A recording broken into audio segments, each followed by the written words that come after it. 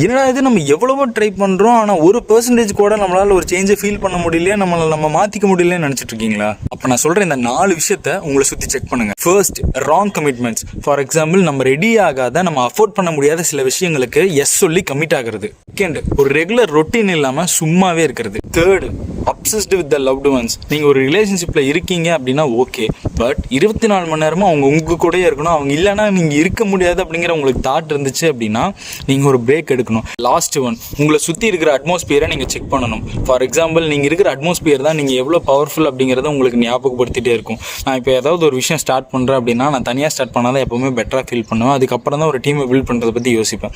சில பேர் வந்து அவங்க கூட ஃப்ரெண்ட்ஸ் இருந்தால் ரொம்ப பவர்ஃபுல்லாக ஃபீல் பண்ணுவாங்க. சில பேர் அவங்களோட பேரண்ட்ஸ் அண்ட் சீனியர்ஸ் உங்கள் கூட இருந்தால் ரொம்ப பவர்ஃபுல்லாக ஃபீல் பண்ணுவாங்க.